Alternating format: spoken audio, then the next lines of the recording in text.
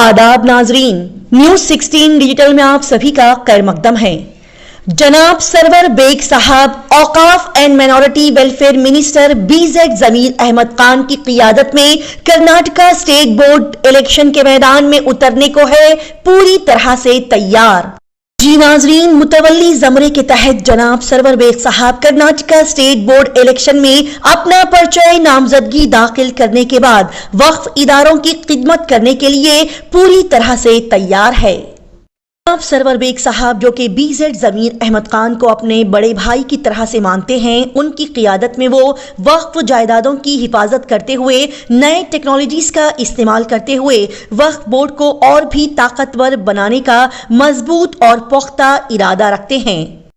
इसी नीयत से सरवर बेग साहब कर्नाटका स्टेट बोर्ड इलेक्शन में हिस्सा ले रहे हैं। लिहाजा अपना पर्चा नामजदगी दाखिल करने के बाद सरवर बेग साहब ने प्रेस कॉन्फ्रेंस करते हुए अपने अहम ख्यालात को सभी के सामने जाहिर किया। इस मौके पर प्रेस कॉन्फ्रेंस से खिताब करते हुए उन्होंने वक्फ बोर्ड की तरक्याती कामों के तहत अपने मिशन को बताते हुए वक्फ बोर्ड की खिदमत करने के बारे में तफसीली मालूमात फराहम की। आइए देखते और जानते हैं न्यूज 16 डिजिटल की ये खास रिपोर्ट। बिस्मिल्लाहिर्रहमानिर्रहीम, अस्सलाम वालेकुम वरहमतुल्लाहि वबरकातुहू। मैं सरवर बेग, मेरा सीरियल नंबर 5 है। मैं मुतवल्लियों से गुजारिश करता हूँ बड़ी जिम्मेदारी के साथ आप 19 तारीख को 9 से 4 बजे तक पोलिंग स्टेशन में जाके अपना वोट मुझे दें और इंशाअल्लाह कामयाब बनाएं।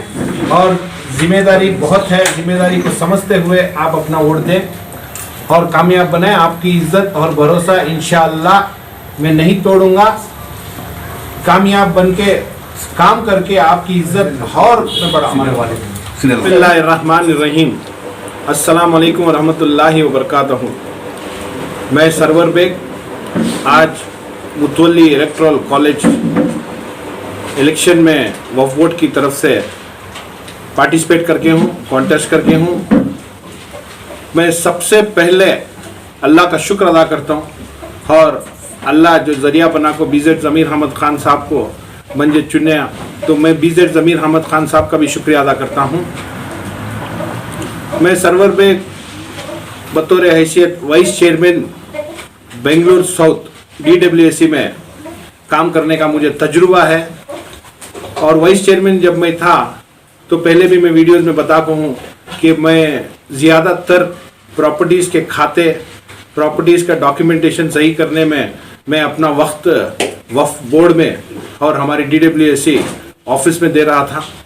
उस वक्त बहुत से ऐसे खाते थे जो पेंडिंग थे, जैसे मिसालन हमारे मैसूर रोड कब्रिस्तान का खाता पेंडिंग था। जब BZ जमीर अहमद खान साहब मिनिस्टर बने तो उनकी कॉन्स्टिट्यूंसी थी, उनकी नॉलेज में ही, तो वो जिम्मेदारी मुझे दिए। तो मैं सबको साथ लेके हमारी कमेटी वालों को मैसूर रोड कब्रिस्तान जो सालों से है, करीब 100 साल के ऊपर, उसका खाता नहीं था, उसका खाता हमारी कमेटी की तरफ से और मैं सामने रहकर उसका खाता हुआ। उसके बाद आप सब जानते हैं कि विक्टोरिया हॉस्पिटल पूरे कर्नाटका में मशहूर है। उसके सामने एक प्रॉपर्टी थी जो सिर्फ 14,400 स्क्वायर फीट थी, पर गैजेट में 5,000 स्क्वायर फीट, सिर्फ 5,000 स्क्वायर फीट एंट्री थी। हमने उसके डॉक्यूमेंट कराए तो वो जो बैलेंस जगह थी 9,400 स्क्वायर फीट, वो भी हमारी वफ़ की थी, तो उसे हमने कॉरिजेंडम किया। और बहुत से मसले, सौते शाह, मानिक शाह दरगाह की जगह जो KR मार्केट में है, उसमें भी उबैदुल्ला शरीफ साहब एडमिनिस्ट्रेटर थे, तब उन्होंने खाते के लिए उधर भी वो एक फ़ाइल थी 30,000 स्क्वायर फीट की। मेरा काम देख के उन्होंने भी मुझे फ़ाइल दी मिनिस्टर साहब के थ्रू। मिनिस्टर साहब के ताल्लुकात उनसे अच्छे थे। तब उसमें भी जो 30,000 स्क्वायर फीट का खाता बैलेंस था, पर 10,000 स्क्वायर फीट का केस चल रहा था। हिकमतन हमने क्या किया कि 10,000 स्क्वायर फीट को सेपरेट रख के 20,000 स्क्वायर फीट का खाता बनाया। ऐसे बहुत से काम मैं मेरी कमेटी के साथ रह के करके बाद में, उस वक्त जमीर अहमद खान साहब जब मिनिस्टर थे, तब आप लोगों को सब मालूम है, उन्होंने 70 खाते बेंगलुरु सिटी के बना के अपने कमेटी वाले जो भी जिम्मेदार हैं उनके हवाले किया। तो उस वक्त उसमें मैं शामिल था।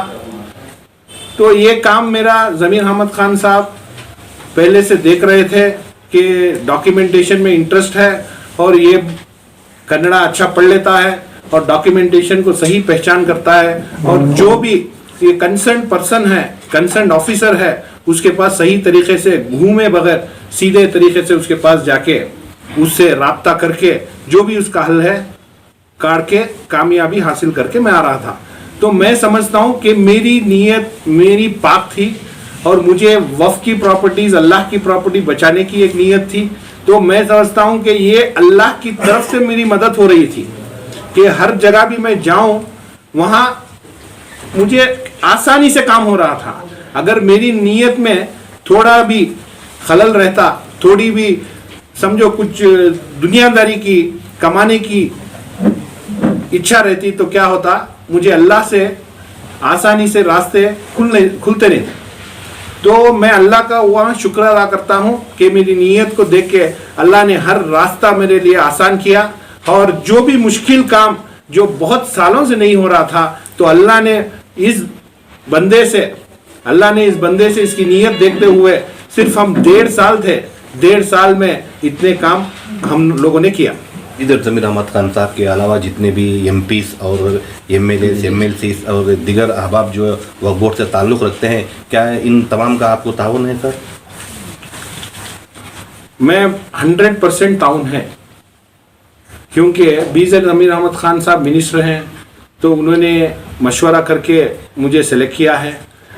तो बाद में मशवरे के बाद मेरा नाम प्रपोज किया है। तो पहले बीजेड ज़मीर अहमद खान के अल्लाह ने उनके दिमाग में डाला, तो उसके बाद उन्होंने मशवरा किया और मुझे इस इलेक्शन में पार्टिसिपेट करने का मौका दिया। और बीजेड ज़मीर अहमद खान साहब के साथ इंशाअल्लाह आज जो वो काम कर रहे हैं, हर लीडर, हमारा कौमी लीडर उनसे जुड़ा हुआ है।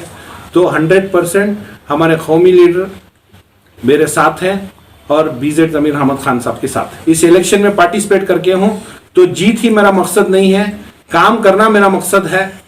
तो इसलिए मैंने कैलकुलेशन तो नहीं किया है, पर भरपूर मुतल्लियों पे भरोसा है कि मेरा सीरियल नंबर 5 है, वो मेरे को वोट देंगे, और इंशाअल्लाह मेरी नीयत पाक है तो अल्लाह भी मेरा साथ दे के उनके दिमाग में, दिलों में मेरे वास्ते हिदायत दे के कामयाब करेंगे। सर, कुछ लोग जो है मुतवल्ली अलग अलग ग्रुप बनाकर जो है वोट उनकी तय हासिल करने के लिए जो है जद्दोजहद कर रहे हैं। क्या आप भी जो है इसी तरह कोई ग्रुप बनाकर जो है मुतवल्लियों से मुलाकात हो रही है? नहीं, मैंने कोई ग्रुप बनाया नहीं, और जो भी मुझे चाहने वाले हैं वो इंडिविजुअली जो मुतवल्लीस के साथ लिंक है, वो जो मुझे नहीं जानते उनको सब जाके वो लोग सब बात कर रहे हैं, पर ग्रुप्स मैंने तो बनाया नहीं। और नहीं हो सके उतने मुतवल्लियों से मैं मुलाकात कर रहा हूँ। वक्त की कमी है और मुझे वफ़ में तजुर्बा है, पर मुतवल्लीस ऑल ओवर कर्नाटका है, तो मैं जितना हो सके मैं उतना जाके मैं मुतवल्लियों से मिल रहा हूँ। अगर 1-2 मुतवल्ली या मैं नहीं भी मिला तो मैं थ्रू व्हाट्सएप और थ्रू मीडिया, थ्रू जो भी है अपनी बात पहुंचा रहा हूँ। मुझे उनसे 1 to 1 बात करने से ज़्यादा मुझे क्या है, मेरी बात मैं क्या करता था और क्या करना चाहता हूँ ये बात उन तक पहुंचे। और मुतवल्ली भी ऐसे नहीं है कि भाई ये आदमी आया मुझे मिला मैं इसको वोट दे दूंगा, ये आदमी आया नहीं आया मैं इसको वोट नहीं दूंगा, ऐसे तो नहीं है। उनको क्या है, उनके इदारे का काम करना है, उनके इदारे को डेवलपमेंट करना है, उनके जो भी परेशानियां हैं उसको सॉल्व करना है। तो वो लोग भी अक्लमंद हैं, वो सिलेक्ट करेंगे कि कौन हमारा काम कर सकता है और किसे हमें वोट डालना है। तो इंशाअल्लाह मुझे मुतवल्लियों पे पूरा भरोसा है कि 10 नहीं 20 बार कोई भी जाए, मैं उन्हें मिलूं या ना मिलूं, मेरा मैसेज तो उन तक जाएगा। तो मैसेज दे के इंशाअल्लाह अल्लाह चाहा तो वो मेरे लिए वोट करेंगे। वक्फ बोर्ड का मेंबर बनकर सरवर बेग साहब क्या करना चाहते हैं? देखिए, वक्फ बोर्ड का मेंबर बनने के बाद सबसे पहले आज हमारी कौम में एजुकेशन कम है। आज हमारे बीजेड ज़मीर अहमद खान साहब उस पर तवज्जो दे रहे हैं। उन्होंने लेडीज़ 15 PU कॉलेजेस लेडीज़ के स्टार्ट करने का जिम्मा उठाया है। इंशाअल्लाह आगे चल के हर डिस्ट्रिक्ट में उन्हें पीयू कॉलेज नहीं डिग्री कॉलेज तक खोलने का इरादा है, क्योंकि हमारे पास अल्लाह की प्रॉपर्टी है, अल्लाह की मदद है। तो जब हमारे पास है तो हम लोग इंटरेस्ट लेके क्यों नहीं कर सकते, अपनी खुद की यूनिवर्सिटी क्यों नहीं बना सकते। तो एजुकेशन के ऊपर बहुत तवज्जो देने का इरादा है। उसके बाद हॉस्पिटल में बहुत से लोग गरीब लोग रहते हैं, उन्हें हॉस्पिटल की फीस बनने के लिए, हॉस्पिटल की फीस पे करने के लिए बहुत मुश्किल होती है। तो हम लोगों के पास जगह है, हॉस्पिटल बनाएंगे। तो इंशाअल्लाह स्कूल का है, हॉस्पिटल का है। अब रही बात हमारे मुतवल्लियों को ग्रांट्स का है, मुतवल्ली ग्रांट्स का लेके आते हैं हमारे पास। मैंने देखा है, जब वाइस चेयरमैन था तब भी मैंने देखा है, अब मिनिस्टर साहब के साथ बीजेड जमीर अहमद खान साहब के साथ रह के भी देखा है कि भाई एस्टीमेट बना के लाते हैं रिनोवेशन के लिए, 25 लाख का रहता है, पर फंड की कमी की वजह से हम लोग उन्हें 5 लाख 10 लाख देते हैं। इस पे जमीर साहब भी गौर फिक्र कर रहे हैं। वो क्या बोलते हैं कि 25 लाख जब एस्टिमेशन है, 25 लाख का काम है, तो हमने ग्रांट्स दे दिया 5-10 लाख दे दिया, तो भाई बैलेंस जो अमाउंट है वो क्या करेंगे। तो इंशाअल्लाह इसके ऊपर भी गौर फिक्र चल रही है कि भाई उस वहां काम कितना है, उतना काम का पूरा ग्रांट्स उन्हें देना, और एक कंप्लीट काम होना, इनकम्प्लीट काम नहीं रहना कि इस साल दिया उन्होंने आधा किया, फिर 2 साल के बाद दिया उन्होंने आधा किया। तो जब हमारा घर हम लोग ऐसे नहीं बनाते तो अल्लाह का घर ऐसे इनकम्प्लीट हमें कैसे छोड़ सकते हैं। तो इसीलिए उस पर भी तवज्जो, ग्रांट्स पे तवज्जो देंगे। और दूसरी बात क्या है, मुतवल्ली मेरे से डायरेक्ट रहेंगे, कोई बीच में नहीं रहेगा।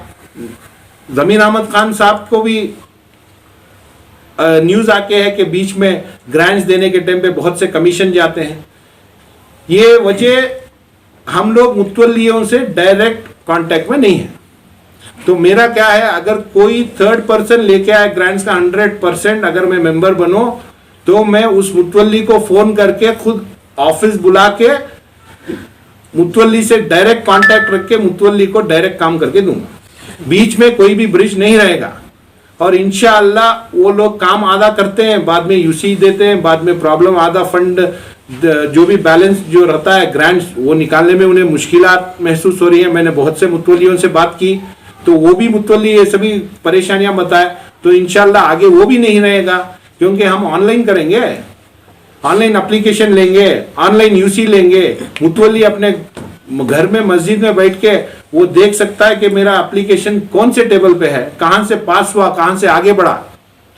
उसको मस्जिद की, अपने इदारे की खिदमत करने का वक्त जाया करके, अपना जाती वक्त जाया करके, बोर्ड में आके जो दूर से आते हैं, चलो बेंगलुरु वाले हैं, बेंगलुरु में आके एक आधा घंटा गुजारेंगे, मिलेंगे, फिर अपने काम पे चले जाएंगे। जो दूर से आते हैं उनकी भी तो फिक्र करना है। शिमोगा से आते हैं, दक्षिण कन्नड़ा से आते हैं, चिकमंगलुरु से आते हैं, बीदर से आते हैं, गुलबर्गा से आते हैं, बोर्ड बेंगलोर में है। तो उन लोगों को आसानी तरीका क्या है कि भाई वो बोर्ड ना आए पर उनका काम हो, इस पे गौर फिक्र करनी है।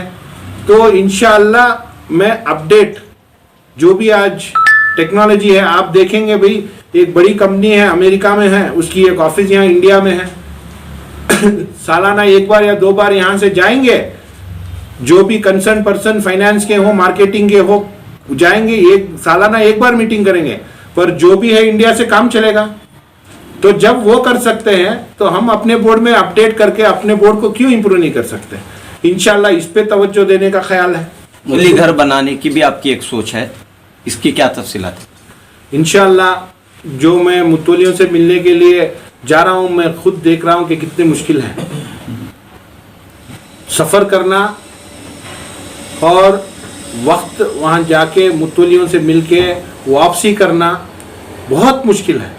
तो वो लोग वहां से यहाँ आए तो उन्हें हमें सहूलत देनी है।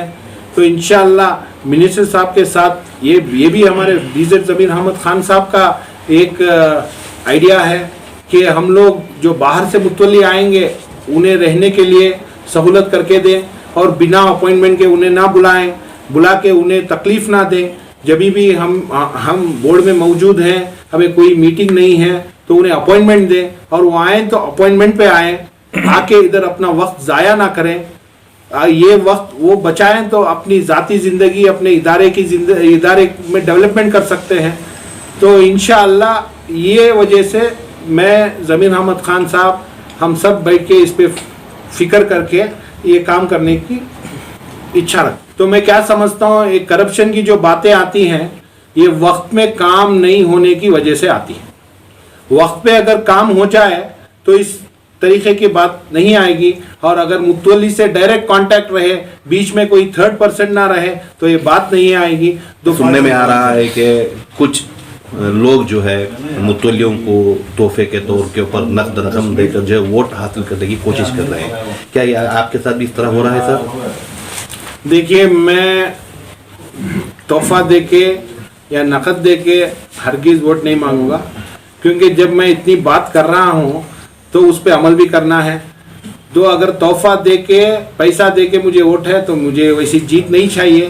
तो इंशाअल्लाह 10 काम जो मैं बोर्ड में रह के कर सकता हूँ और 1 महीने में कर सकता हूँ, चलो एक काम मैं साल में करने के लिए रेडी हूँ। और मैं समझता हूँ कोई मुतवल्ली तोहफा भी नहीं लेगा और पैसे भी नहीं लेगा। क्यों? अल्लाह ने उन्हें उतना बड़ा मर्तबा दिया है, तो आगे चल के अल्लाह को भी तो जवाब देना है।